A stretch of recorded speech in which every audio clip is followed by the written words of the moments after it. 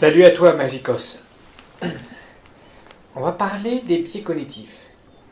Mais juste avant, je voudrais répondre à deux, trois questions qu'on me pose souvent en prestation, puisque voilà, je sors de prestation. Donc ce serait intéressant. Il y a souvent trois questions qui ressortent. La première, quelle est la différence entre un magicien, un mentaliste et un hypnotiseur? Alors, on va dire qu'un magicien est quelqu'un qui va créer de l'illusion. La différence avec le magicien et le mentaliste, c'est que le mentaliste va utiliser des techniques de magicien, manipulation avec les mains, détournement d'attention, créer ce qu'on appelle du coup d'avance. Et le mentaliste, lui, va utiliser effectivement ces techniques-là, et il va associer en plus des techniques qui sont liées à la psychologie, à la sociologie. Il va utiliser par exemple tout ce qui est lié au sens, dit cognitif, et pourquoi pas l'hypnose. Et en l'occurrence, un hypnotiseur va utiliser donc de l'hypnose à travers son spectacle. Et donc on me pose souvent la question, est-ce que pour être mentaliste, hypnotiseur ou même encore magicien, il faut avoir un don? La réponse elle est simple, pas plus que vous. La seule différence, c'est comme tout. Demain vous allez apprendre la musique, il y en a qui feront de la musique, il y en a qui deviendront musiciens. Ça s'apprend, ça demande du travail. La question qui ressort souvent aussi, est-ce que pour être mentaliste, est-ce qu'on lit vraiment à travers les gens?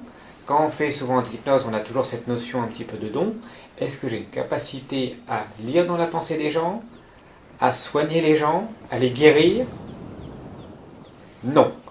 Ça reste effectivement un domaine qui est lié à l'univers du spectacle.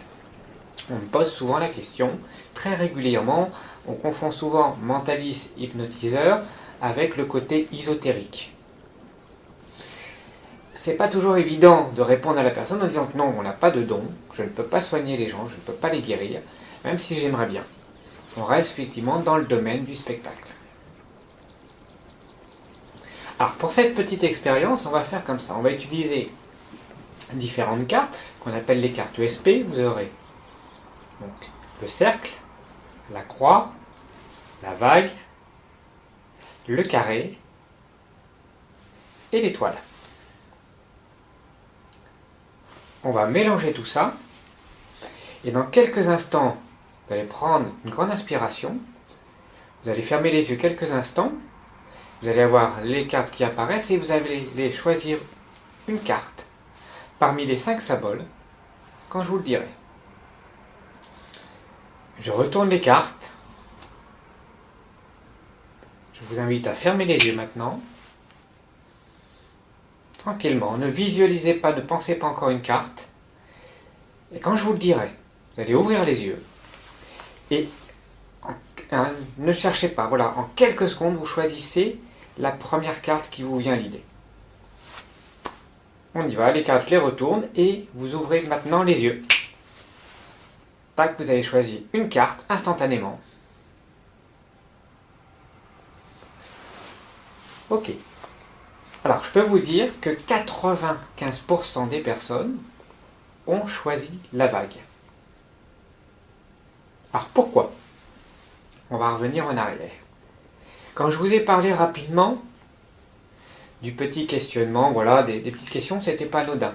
Vous avez retenu qu'en fond, il y avait une musique qui était liée à la vague. Ensuite, on a utilisé ce qu'on appelle les biais cognitifs. Et dans un instant présent, je vous ai demandé de choisir très rapidement un symbole, et il y a de grandes chances que vous avez éliminé les extrémités. Il faut savoir qu'on n'aime pas tout ce qui est lié aux extrémités. Alors, je vous donne un exemple, par exemple, moi qui viens du domaine du commerce, j'ai été manager, donc, en l'occurrence dans le domaine du prêt-à-porter. Il faut savoir que quand vous portez un vêtement, en général, on n'aime pas les extrêmes.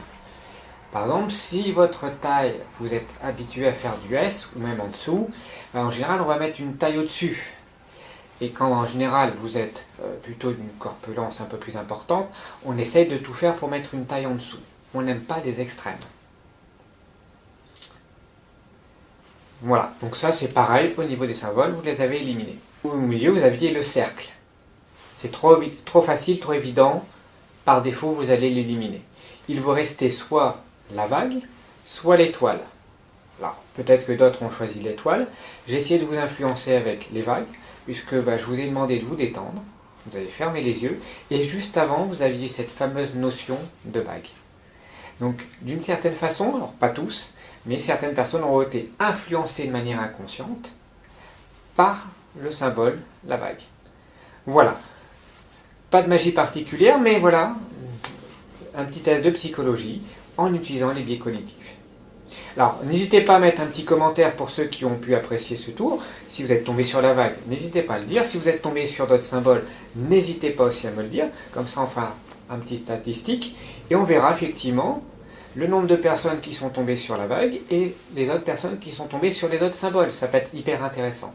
En tout cas, moi je vous fais un petit symbole et je pense que vous savez pourquoi. N'hésitez pas à vous abonner et je vous dis à très bientôt. Salut les magicos. Allez, bye bye.